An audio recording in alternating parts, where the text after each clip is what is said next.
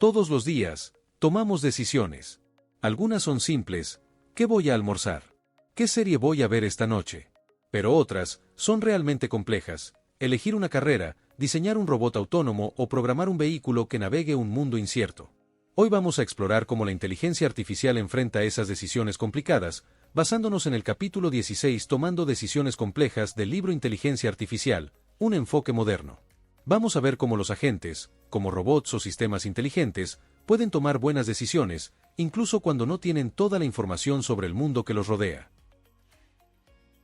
En este capítulo abordaremos los siguientes temas: problemas de decisión secuencial, algoritmos para procesos de decisión de Markov, conocidos como MDPs, problemas del bandido, procesos de decisión de Markov parcialmente observables, llamados POMDPs, algoritmos para resolver POMDPs, y finalmente, nuestras conclusiones.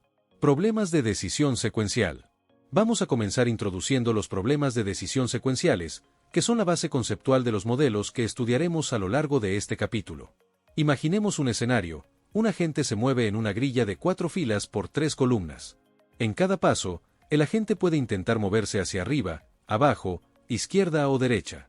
En el entorno pueden aparecer obstáculos representados por casillas negras, y también casillas objetivo marcadas en verde o azul.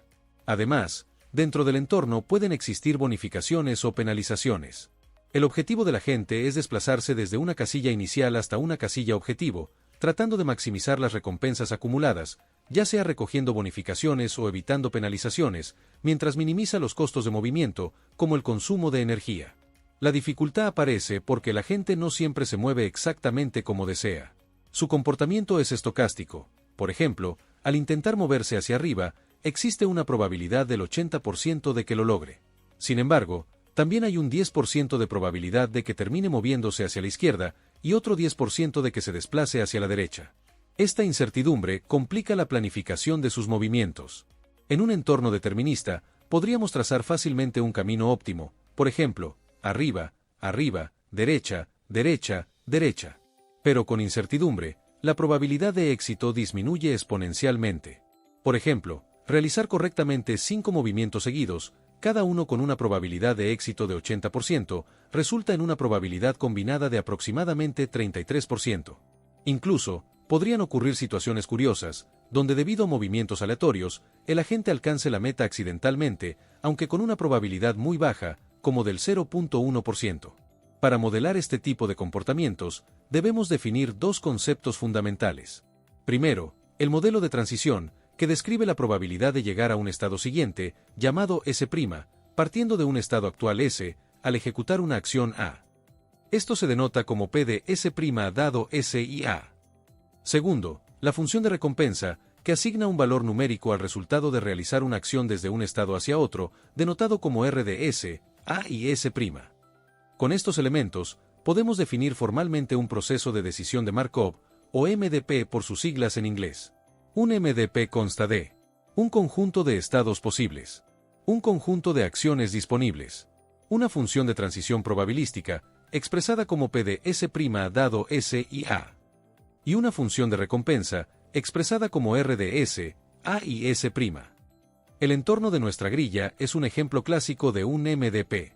Dado que en un entorno no determinista no existe una secuencia fija de acciones que garantice el mejor resultado, necesitamos definir una política, representada por la letra griega pi. Una política es una función que indica qué acción tomar en cada estado. La política óptima, representada por pi estrella, es aquella que maximiza la recompensa esperada acumulada. Esta política varía según el estado actual del agente y las condiciones del entorno. La utilidad de seguir una política desde un estado dado se expresa como la recompensa acumulada esperada a lo largo del recorrido del agente. Este valor depende de todos los estados que el agente podría visitar, siguiendo la política establecida. La forma de calcular esta utilidad varía dependiendo del horizonte temporal del proceso. Existen dos tipos de horizontes en un MDP. En un horizonte finito, el proceso termina después de un número limitado de pasos, denotado como n. Esto significa que cualquier recompensa obtenida después de ese punto no se considera. Por tanto, si el tiempo es limitado, el agente debe actuar rápidamente para maximizar sus recompensas, lo que puede hacer que la política óptima dependa explícitamente del tiempo restante. En este caso, hablamos de una política no estacionaria. Por otro lado, para simplificar los cálculos y permitir políticas independientes del tiempo, se utiliza el modelo de descuento. Aquí, cada recompensa futura se reduce por un factor gamma, donde gamma es un valor entre 0 y 1. Cuando gamma es cercano a 0, el agente prioriza recompensas inmediatas. Cuando gamma se acerca a 1, el agente valora más las recompensas futuras. Este modelo permite representar agentes que prefieren gratificación inmediata o diferida. El uso del descuento tiene varias ventajas. En economía, refleja el valor del dinero en el tiempo. En inteligencia artificial, ayuda a manejar la incertidumbre, favoreciendo asegurar recompensas tempranas. Además, permite tratar con horizontes infinitos, ya que las sumas de recompensas descontadas convergen, facilitando los cálculos matemáticos.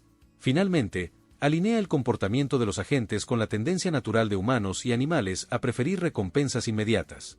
Volviendo al agente la grilla, una política óptima es aquella que maximiza la utilidad esperada desde cada estado. Esta utilidad se define de manera recursiva mediante la ecuación de Bellman, que establece que el valor de un estado es la recompensa inmediata esperada, más el valor descontado del siguiente estado. Esta ecuación es fundamental para los algoritmos de resolución de MDPs, y será clave para los métodos que veremos más adelante. Finalmente, los MDPs pueden representarse de diferentes maneras. Una opción son tablas tridimensionales que muestran las probabilidades de transición para cada acción y estado. Sin embargo, en entornos grandes, estas tablas se vuelven complejas. Por eso, también se utilizan representaciones más compactas, como las redes bayesianas extendidas, que modelan de forma eficiente las relaciones entre variables, acciones y recompensas. Por ejemplo, en un juego como Tetris, cada acción afecta múltiples variables, y la red permite visualizar cómo estas influencias y recompensas se propagan a través del sistema. En esta sección exploraremos los principales algoritmos que nos permiten resolver los procesos de decisión de Markov, conocidos como MDPs. Pero primero, ¿qué es un MDP, o proceso de decisión de Markov? Es un modelo matemático utilizado para tomar decisiones secuenciales en ambientes estocásticos, es decir, en entornos con incertidumbre. Este modelo permite a un agente tomar decisiones considerando tanto la incertidumbre como los resultados esperados a largo plazo. Un MDP está compuesto por estados, que representan las distintas situaciones en las que puede estar el agente; acciones, que son las posibles elecciones que el agente puede realizar en cada estado; transiciones, que indican la probabilidad de pasar de un estado a otro al realizar una acción; y recompensas, que cuantifican el beneficio o costo asociado a cada acción y transición. Dividiremos esta sección en 4 métodos principales para resolver MDPs: iteración de valores, iteración de políticas, programación lineal y algoritmos en línea. Comencemos. El primer algoritmo es la iteración de valores. Imagina lanzar una piedra a un lago, las ondas se expanden hacia afuera. Así funciona este algoritmo. Comienza asignando a todos los estados una utilidad de 0, y actualiza esas utilidades en función de las recompensas futuras, hasta que los cambios sean prácticamente nulos. El proceso consta de 3 pasos. Inicializar todas las utilidades en 0. Actualizar las utilidades utilizando la ecuación de Bellman, que considera las acciones posibles, las probabilidades de transición y las recompensas. Detener el proceso cuando el cambio máximo en las utilidades, llamado delta, sea menor que epsilon multiplicado por 1 menos gamma, dividido entre gamma. Se lee delta menor que epsilon por 1 menos gamma, sobre gamma. Así, el algoritmo refina su conocimiento del entorno hasta que las decisiones sean óptimas. Podemos aplicar la iteración de valores a una grilla de 4 filas por 3 columnas, comenzando con todas las utilidades en 0. A medida que avanzan las iteraciones, los estados más alejados del objetivo, ubicado en la casilla 4,3, acumulan recompensas negativas debido al costo del movimiento. Sin embargo, una vez que se identifica un camino hacia la meta, las utilidades comienzan a aumentar. Este proceso se parece a una propagación de información a través del espacio de estados, donde cada actualización ajusta la utilidad de los estados vecinos. Ahora pasemos a la iteración de políticas. Aquí no propagamos utilidades sin dirección. En cambio, empezamos con una política inicial cualquiera, la evaluamos, y luego la mejoramos paso a paso. Repetimos este proceso hasta que ya no podamos hacer mejoras, momento en el cual habremos encontrado la política óptima. La ventaja de la iteración de políticas es que no necesitamos exactitud total. Si una acción es claramente mejor, no importa que las utilidades tengan un pequeño error. Además, como usamos ecuaciones lineales para evaluar las políticas, el proceso resulta más eficiente. Y cuando el espacio de estados es muy grande, podemos usar aproximaciones rápidas. Existen dos variantes útiles cuando el entorno es muy grande. Iteración de políticas modificada, que realiza solo algunas iteraciones parciales en lugar de calcular exactamente todas las utilidades en cada paso. Iteración de políticas asincrónica, que actualiza únicamente algunos estados en cada iteración, concentrándose en las áreas más importantes.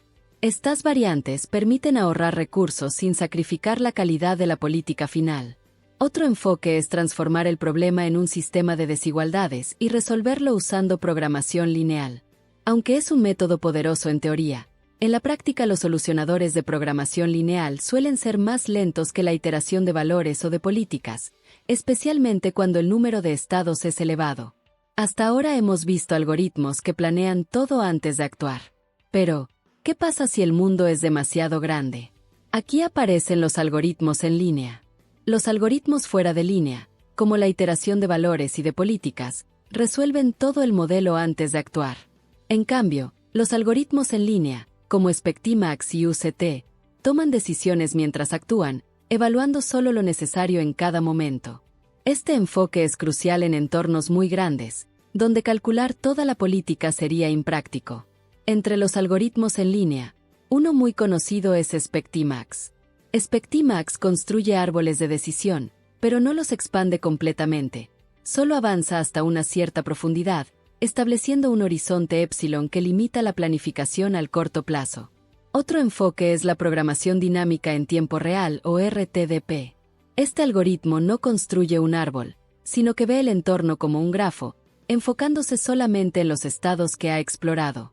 Por ejemplo, en una grilla de 4 columnas por 3 filas, si el agente parte desde la celda 3,2, las posibles decisiones forman un árbol. En este árbol, los nodos triangulares representan elecciones del agente, donde busca maximizar el valor esperado. Los nodos circulares representan transiciones estocásticas, es decir, los resultados inciertos asociados a ejecutar una acción. Finalmente, el algoritmo UCT, que significa transformación de Montecarlo basada en árboles de decisión, combina simulaciones aleatorias con búsqueda en árboles de decisión.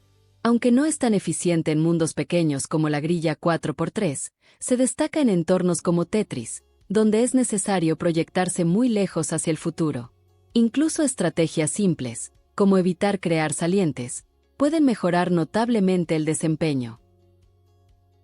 Ahora veremos los problemas del bandido. Un bandido de un solo brazo es básicamente una máquina tragamonedas. Un jugador inserta una moneda, tira de la palanca y cobra las ganancias, si las hay. Ahora, imaginemos que tenemos una máquina con varias palancas.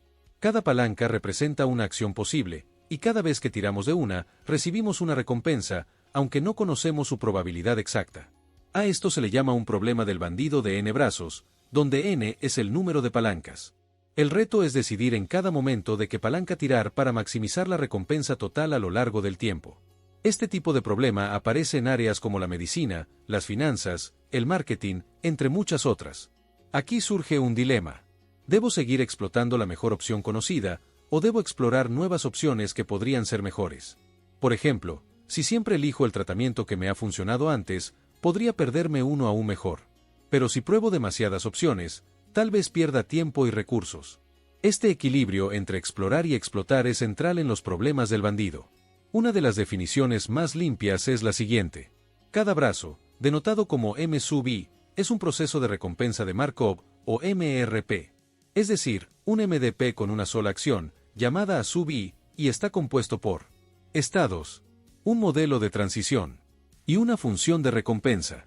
Cada brazo M sub i genera una secuencia de recompensas aleatorias, R sub i, 0, R sub i, 1, R sub i, 2, y así sucesivamente, donde cada R sub i, t es una variable aleatoria. Además, el problema general del bandido puede verse como un proceso de decisión de Markov completo. 1. El espacio de estados es el producto cartesiano de los espacios de cada brazo, es decir, S igual a S sub 1, por S sub 2, hasta S sub n. 2. Las acciones disponibles son A sub 1, hasta A sub n. 3. El modelo de transición actualiza el estado únicamente del brazo que se seleccione, dejando los demás sin cambios. 4. Se utiliza un factor de descuento llamado gamma. Ahora veamos un ejemplo. Imaginemos dos palancas, M y M sub 1. La palanca M sub 1 da siempre una recompensa de 1 peso. La otra palanca produce una secuencia más irregular, como 0, 2, 0, 7.2, 0, 0, y así sucesivamente. Si calculamos la utilidad esperada de cada secuencia usando un descuento, por ejemplo, gamma igual a 0.5, obtenemos, para M, una utilidad de 1.9 pesos. Para M sub 1, una utilidad de 2 pesos. A simple vista, parecería que M sub 1 es mejor. Sin embargo, si jugamos de forma inteligente, cambiando de palanca en el momento adecuado, podemos lograr una secuencia como 0, 2, 0, 7.2, 1, 1, 1. Esta estrategia combinada resulta en una utilidad de aproximadamente 2.025 pesos, superando así a cualquiera de las estrategias simples. Para resolver este tipo de situaciones, utilizamos el índice de Hittins. Este índice nos ayuda a decidir qué brazo elegir en cada momento, indicando cuál tiene el mejor valor en relación con el tiempo invertido. La regla es sencilla. Tiramos del brazo con el índice de Hittins más alto y luego actualizamos los índices. Esto es muy eficiente porque el índice de cada brazo depende solo de ese brazo. La primera decisión puede tomarse en tiempo proporcional a n, es decir, orden de n. Y las decisiones siguientes pueden calcularse incluso en tiempo constante, orden 1, ya que los índices de los brazos no seleccionados no cambian. Ahora veamos cómo se calcula el índice de Hittins con un ejemplo. Supongamos que tenemos una palanca que da la secuencia 0, 2, 0, 7.2, 0, 0. Utilizando un factor de descuento de gamma igual a 0.5, para cada posible tiempo de detención t, calculamos 1. La utilidad acumulada descontada. 2. El tiempo total descontado. Luego, dividimos la utilidad entre el tiempo descontado, eso nos da el valor del índice. En este caso, el valor máximo se obtiene cuando t igual a 4, donde la utilidad acumulada es 1.9. El tiempo descontado es 1.875. Y el índice es aproximadamente 1.0133. Este es el momento óptimo para cambiar de palanca. Uno de los modelos más conocidos del problema del bandido es el bandido Bernoulli. Aquí, cada brazo puede dar una recompensa de 1, éxito, o de 0, fracaso. Por ejemplo, como en un anuncio publicitario, el usuario puede hacer clic o no. Inicialmente, no conocemos la probabilidad de éxito de cada brazo. Por eso, contamos el número de éxitos, denotado como S sub i, y el número de fracasos, denotado como F sub i. A partir de estos conteos, podemos estimar la probabilidad de éxito y fracaso. Además, nos interesa también la incertidumbre. Un brazo poco explorado podría ocultar un gran potencial. Este modelo permite ir ajustando nuestras creencias conforme obtenemos más datos. Aquí vemos cómo funciona el bandido Bernoulli gráficamente. Para tener una mejor estimación inicial, usamos un modelo bayesiano con una distribución beta de parámetros 1 y 1, lo cual equivale a empezar con un éxito y un fracaso imaginarios. Cada nodo en el árbol representa un estado, por ejemplo, el estado 2 éxitos y un fracaso. Cada vez que jugamos, avanzamos hacia abajo en el árbol. La probabilidad de éxito en un nodo es igual al número de éxitos dividido entre la suma de éxitos y fracasos. Por ejemplo, en el estado 2 éxitos, un fracaso, la probabilidad de éxito sería 2/3. Calcular el índice de Hittins para el bandido Bernoulli es complejo, porque hay infinitos estados posibles. Para resolverlo, se utiliza un MDP truncado, limitando el número de intentos a 100 y usando un factor de descuento de 0.9.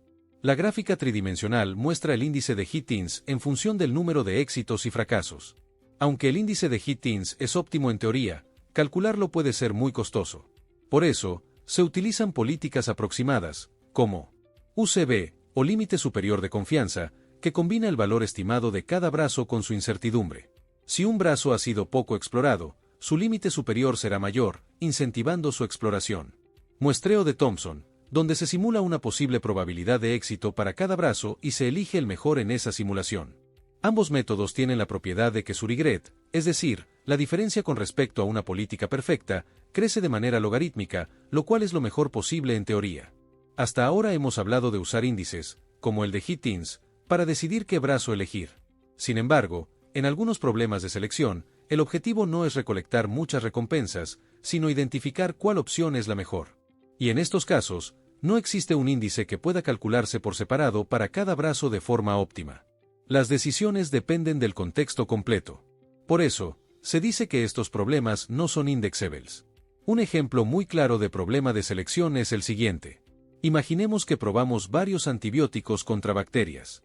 El objetivo no es salvar vidas durante el experimento, sino encontrar el mejor antibiótico para usarlo después. No importa que algunos ensayos fallen, lo importante es terminar con la mejor decisión final. En estos casos, no se puede aplicar una política basada en índices como HITINS o UCB, porque el contexto cambia constantemente. Hasta ahora, en los problemas de bandido, cada brazo tenía una sola acción posible. Pero en un superproceso de bandido, cada brazo es en sí mismo un problema de decisión completo, es decir, un MDP. Imaginemos que tenemos varios proyectos diferentes, y cada uno tiene múltiples pasos y decisiones internas. Solo podemos trabajar en uno a la vez, por lo que debemos decidir dónde poner nuestro esfuerzo en cada momento. Aquí, ocurre algo interesante. Tomar siempre la mejor decisión dentro de un solo proyecto no necesariamente lleva al mejor resultado global. A veces, conviene actuar de forma subóptima localmente para lograr beneficios más grandes en otros proyectos. Por eso, en los superprocesos de bandido, el valor de cada acción también debe considerar su costo de oportunidad, que se deja de ganar en los otros proyectos al dedicar tiempo a uno en particular. Procesos de decisión de Markov parcialmente observables. Bienvenidos a esta sección del capítulo 16, donde hablaremos sobre los POMDPs, es decir, procesos de decisión de Markov parcialmente observables. Imagina que eres un robot en una fábrica y debes decidir hacia dónde moverte, pero tus sensores están dañados o solo te dan pistas parciales. No sabes exactamente en qué lugar te encuentras, pero aún así debes actuar. ¿Cómo decides en una situación así? Esta es precisamente la clase de problemas que resuelven los POMDPs. En esta presentación veremos por qué son necesarios, cómo se definen, cómo funcionan y cómo ayudan a tomar decisiones en entornos reales con incertidumbre. ¿Por qué no basta con los MDPs normales? En los MDPs normales, el agente siempre sabe en qué estado se encuentra. Por ejemplo, un robot podría decir, estoy en la celda 3,1 del mapa. Pero en el mundo real, esto rara vez sucede. Los sensores pueden ser imprecisos, el entorno puede cambiar, o simplemente hay información que el agente no puede percibir. Un agente real podría decir, creo que estoy en esta zona, pero no estoy completamente seguro. Aquí es donde los POMDPs se vuelven esenciales. Permiten modelar y resolver situaciones en las que el agente no tiene certeza total sobre su ubicación o su estado actual. ¿Qué componentes tiene un POMD?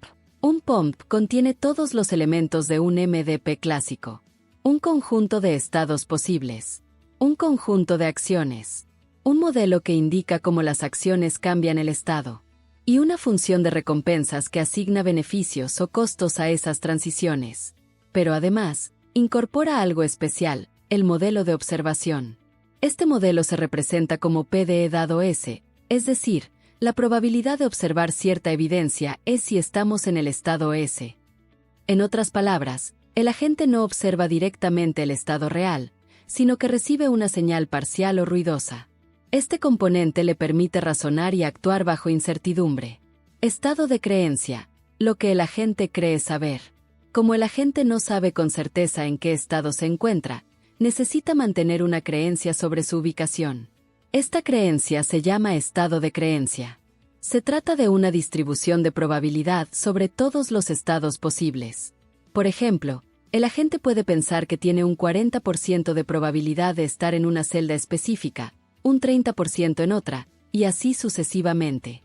Cada vez que el agente realiza una acción y recibe una nueva observación, actualiza su estado de creencia. Para hacerlo, combina 3 elementos. 1. Su creencia anterior. 2. La acción que ejecutó. 3. Y la nueva evidencia recibida. La actualización sigue una fórmula basada en el filtrado bayesiano. La nueva probabilidad de estar en un estado es proporcional a la probabilidad de observar la evidencia, multiplicada por la probabilidad de transición al nuevo estado desde cualquier estado anterior, ponderada por la creencia anterior. Esta fórmula permite que el agente mantenga una estimación coherente y actualizada de su ubicación probable, basada en toda su historia de acciones y observaciones. En resumen, el estado de creencia es la herramienta fundamental que le permite al agente razonar en entornos donde no puede ver directamente su estado real.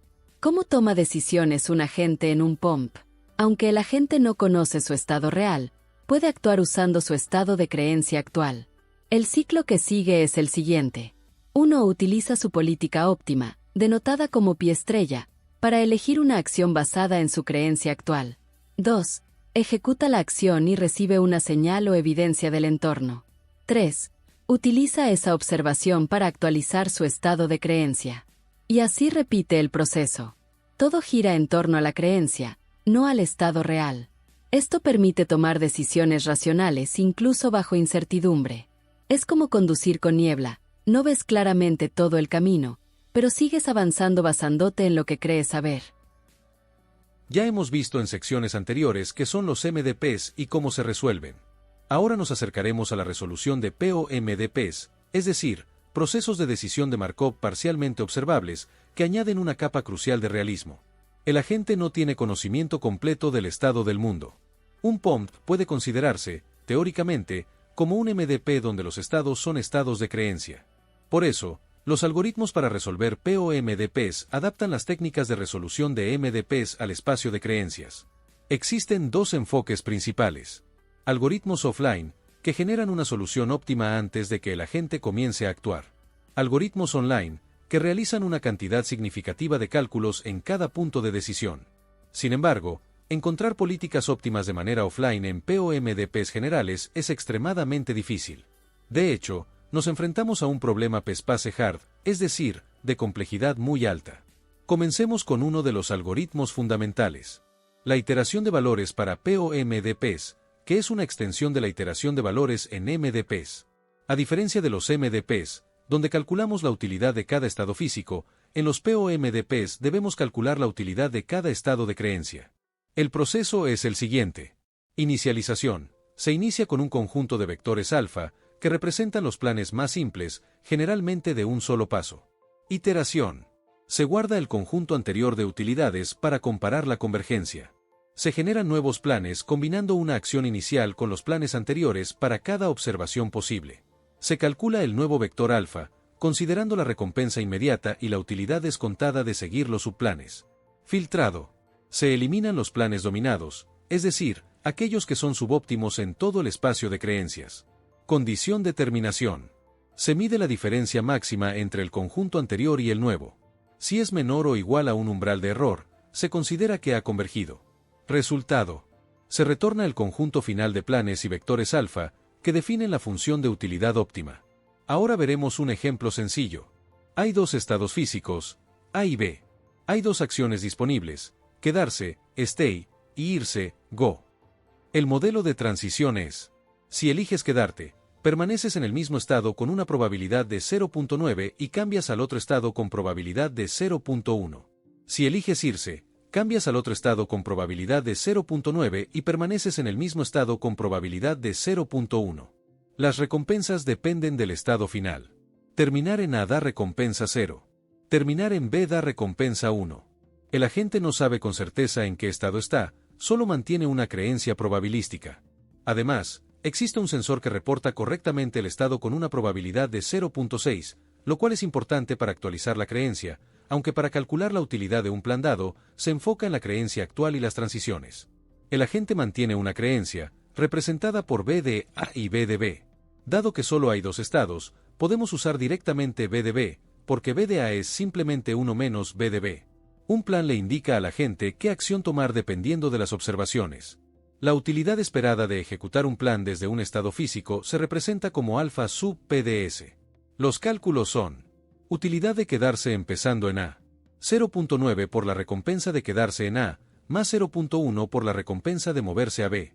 Resultado: 0.1. Utilidad de quedarse empezando en B, 0.1 por la recompensa de moverse a A, más 0.9 por quedarse en B. Resultado: 0.9. Utilidad de irse empezando en A, 0.1 por la recompensa de quedarse en A, más 0.9 por moverse a B. Resultado: 0.9. Utilidad de irse empezando en B. 0.9 por moverse a A, más 0.1 por quedarse en B. Resultado, 0.1. Un plan dominado es aquel que es peor en todo el espacio de creencias y puede ser eliminado para simplificar el proceso. La función de utilidad óptima UDB. El objetivo de la gente es encontrar la política óptima que maximice la utilidad esperada en cada estado de creencia. La utilidad óptima UDB es el máximo de las utilidades de todos los planes posibles en esa creencia. Cada plan representa un hiperplano. El máximo de varios hiperplanos es una función lineal a trozos y convexa. En el ejemplo mostrado, se visualizan 8 planes posibles. 4 de ellos son dominados, líneas discontinuas, y no se consideran en la política óptima. Aunque eliminemos planes dominados, el número de planes puede crecer doblemente exponencial con la profundidad, lo que hace que este algoritmo sea ineficiente para problemas grandes, como un POMP de 4×3. Algoritmos online para POMDPs. Dado que los métodos exactos offline son extremadamente costosos, recurrimos a los algoritmos online. Estos algoritmos realizan cálculos significativos en cada punto de decisión. Utilizan métodos de aproximación. El proceso básico es iniciar con un estado de creencia previo. Elegir una acción mediante un proceso de deliberación. Ejecutar la acción en el entorno. Recibir una nueva observación. Actualizar el estado de creencia utilizando técnicas como el filtro de Kalman para modelos gaussianos o métodos de actualización bayesiana. Este ciclo se repite continuamente. La deliberación implica una búsqueda en el espacio de creencias para elegir la mejor acción posible. Ejemplos de algoritmos online. Una opción de deliberación es adaptar el algoritmo SpectImax para operar sobre estados de creencia en lugar de estados físicos. Sin embargo, la complejidad de SpectImax a profundidad de es orden de número de acciones elevado a d, por número de observaciones elevado a d. Para manejar esta complejidad, se usan técnicas como muestreo en nodos de azar para reducir el número de ramificaciones. Uso de filtrado de partículas para actualizar creencias en espacios de estados muy grandes. Simulaciones a largo plazo, como en métodos de Monte Carlo, para evaluar acciones futuras, vinculándose con el aprendizaje por refuerzo. La combinación de filtrado de partículas con UCT da lugar a un método llamado planificación de Monte Carlo parcialmente observable, o POMAP. En resumen, resolver POMDPs de forma óptima offline es muy costoso. Value Iteration para POMDPs trabaja en el espacio de creencias pero no escala bien a problemas grandes. Los algoritmos online ofrecen una alternativa práctica, decidiendo la mejor acción en cada paso usando métodos de búsqueda y aproximación. Cuando empezamos a explorar cómo toman decisiones los agentes inteligentes, pensábamos que sería algo mecánico, elegir la mejor opción y ya. Pero descubrimos que la realidad es muchísimo más compleja y fascinante. Primero, aprendimos que modelar decisiones en un mundo incierto es como construir un mapa. Pero un mapa donde el terreno puede cambiar a cada paso. Los procesos de decisión de Markov, o MDPs, nos ayudan a navegar esa incertidumbre de forma ordenada, buscando siempre maximizar las recompensas a largo plazo. Después, entendimos que no basta con encontrar una ruta óptima, porque el mundo no siempre se comporta como esperamos. Así que necesitamos estrategias que sean resistentes al caos. En lugar de buscar un camino perfecto, buscamos estar preparados para lo inesperado. También, vimos que en muchos casos ni siquiera sabemos exactamente dónde estamos. Imagínate moverte en una ciudad cubierta de niebla. Eso es lo que enfrentan los agentes cuando tienen que decidir sin información completa.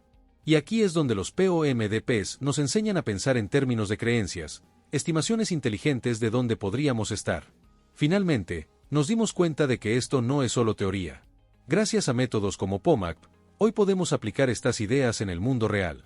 En robots que navegan en entornos inciertos, en vehículos autónomos que deben decidir en fracciones de segundo, o en sistemas inteligentes que enfrentan cambios constantes. Podemos concluir que tomar decisiones inteligentes en la incertidumbre no es cuestión de tener todas las respuestas. Es cuestión de usar lo que sabes, actualizarte constantemente y estar preparado para adaptarte. Todo este recorrido se basa en el trabajo de Stuart Russell y Peter Norvig en su libro clásico Inteligencia Artificial, un enfoque moderno, edición 4, capítulo 16.